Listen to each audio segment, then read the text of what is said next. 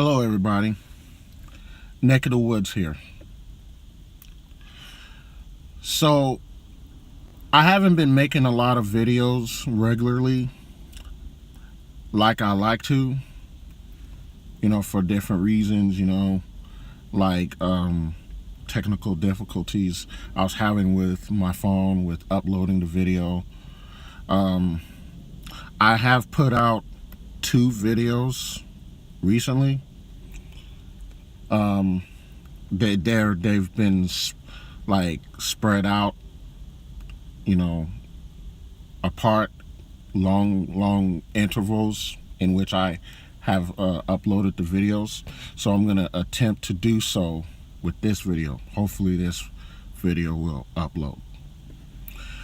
Also, I've been really busy with work, driving for Lyft. I think I'm done driving for Lyft because I have an inspection due on my car, and I'm just not going to update my Lyft account at this present time. So they're going to probably deactivate my driver's account, and then I'm just going to be more focused on my background work as an extra on TV. And also I signed up with Postmates delivery, so that's going to be my new hustle that I'm going to be doing. And that's pretty much my little update on that. So now I'm going to get on with the video. So the topic right here is how to get over your red pill rage. And I think it's been about 3 months since I last made a video talking about how to get over your red pill rage. And I basically, in the first 2 videos, if you check my previous catalog of videos, I made how to get over your red pill rage part 1, part 2. So this video would be part 3. And in this video, basically, I'm just gonna probably jump off of what I was last talking about in the part 2 video, in which that I was in my 20s. I was basically an adult, and my red pill moment was I was a nice guy, I was a gentleman, I was raised as such, and I was under the belief and the idea that that's the type of man that I should be, a good, decent man, which I guess here on the Black Manosphere, here on YouTube, we used to call it the educated lame, but I think I'm not sure if it's Black Gnostic Speaks or Rom Wills that speak of it, but I think now we're referring to these type of men as the classic man. So it's not the educated lame, I guess, because the educated lame it doesn't sound appealing, it doesn't sound like a good name to call yourself, but you could call yourself the classic man. That sounds much better. So whatever name you want to call it, I was that guy. I'm that guy. I basically present myself as that type of a man. And the women, black women, because I'm a black man, and I was pursuing black women, they didn't appreciate that. Which I've been seeing this for a very long time. At my early age, in my 20s, at that time. Right now, I'm in my mid-30s. So the red pill rage, I was just angry about that, because I'm thinking, because I grew up all my life, from the time I was a little boy till that point, hearing how black women talk about how black men ain't shit. There's no good black men out there. I heard this propaganda all my life, this myth all my life. At the time, I believe what they were saying. Well, from what I was hearing, you had the Waiting to Exhale crowd. You had the, movies, magazines, documentaries. There's no good black men out there. Sisters have it rough type of thing. Oh, now the sun is coming out. Well, that's good. So anyhow, I was hearing all of that, and I was like, wow, man, that's a shame. Well, I'm going to grow up to be the total opposite. I'm going to be the decent black man. And that's what I did. I grew up and I became that. But, I noticed that the women didn't appreciate that. So that was my red pill moment. That it was a constant reminder to me. So I'm in my mid-30s. Well, no, I'm in my mid to late 20s, going into my 30s. And I start deciding, like, I'm making a change in myself. I'm not necessarily going to become no thug or no criminal. I'm not going to get myself in trouble. I'm not going to be no t-shirt nigga. But I'm not going to be the same dude that I was neither. I'm going to make myself more appealing to women. And at the time I felt, dang, that's a shame that I got to do this, but I'm not going to be lonely the rest of my life because I'm a good dude, which makes no fucking sense.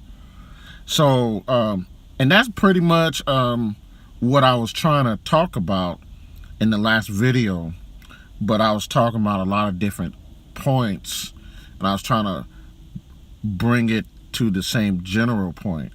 And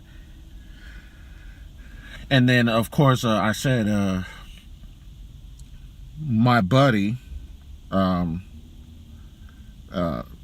I went to high school with, Mexican American dude, because I grew up in a diverse situation with all different races of people who I was friends with.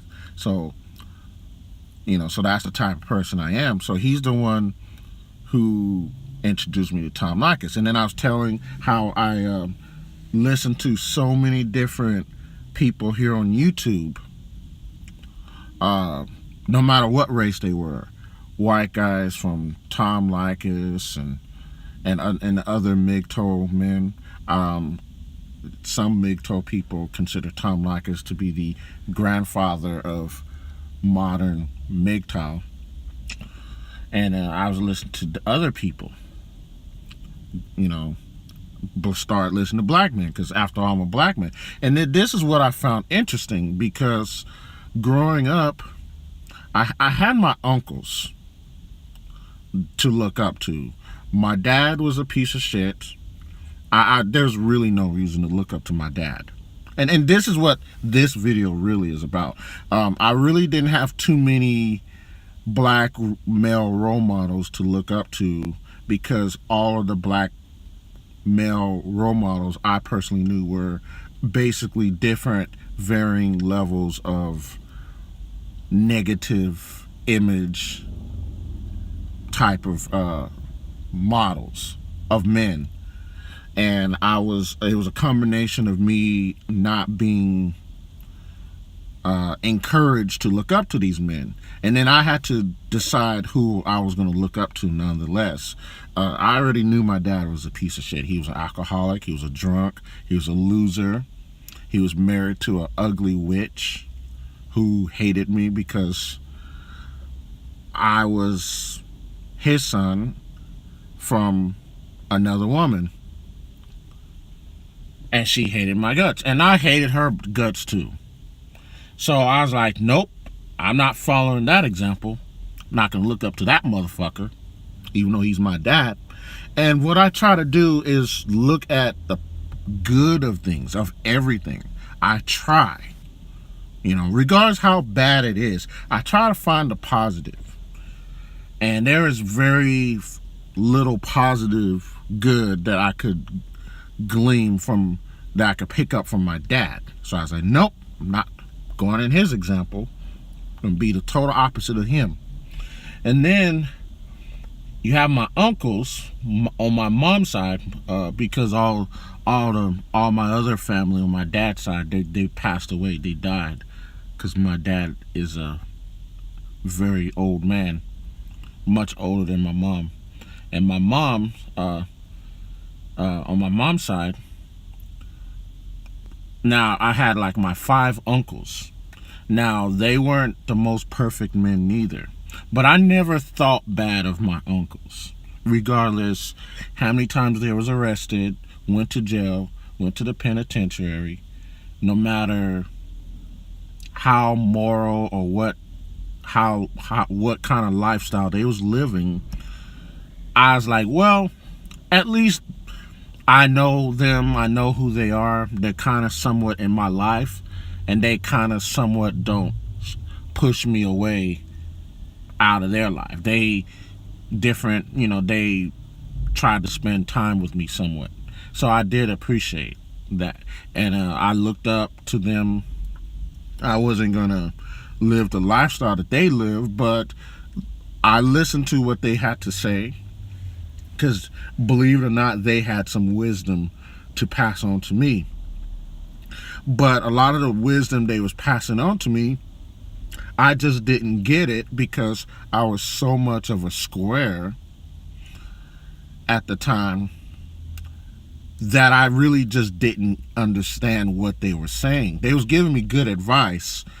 They wasn't encouraging me to be like them. On the contrary, they actually, and this is kind of unusual for black families, but usually if you like live a certain kind of lifestyle that's like not considered to be morally acceptable or just socially acceptable, usually you want the people to do what you do. But my uncles never told me to be like them. They told me to be myself, quote unquote, and they told me to be a better man, or so to speak. But they did pass along knowledge to me, and whatever I was able to understand, I understood. That was the best thing I could do. This wasn't really so much red pill, but what made it red pill was after I moved away from Tennessee and I moved back to California. That's when I started getting more red pill experiences, because I was totally on my own. I was in a different situation, and then things would pop up that I would always sit back and think to myself like, oh, okay, this is what my uncle meant by this. Oh, this is what Uncle so-and-so was saying. That's where I was starting to get the understanding of what they was talking about. And that was pretty much, in a sense, a red pill moment, because here I am, I was growing up, I'm told my uncles were bad men, were no good, were ain't shit niggas. I still looked up to my uncles, and they tried to part knowledge with me, and I tried to understand what they were saying. I didn't get it at the time, but it was like, oh, don't listen to your uncles. They're no good. They don't know what they're talking about. But then as I get out on my own in life, my uncles knew exactly what they was talking about. And so I was lied to. But the people who raised me were women. I was raised by women. I was raised by a single parent, by my mom. But she wasn't the only one who said this. Other women involved, my grandmother, my aunt, my play aunt. They all said the same thing in regards to my uncles. So the red pill moment is, don't listen to these women that tell you all this bullshit when you're being raised and when you're growing up in life. That is all I gotta say on this matter. Have a good day, folks. I'm going to try and make another video again soon. Neck of the Woods. Out.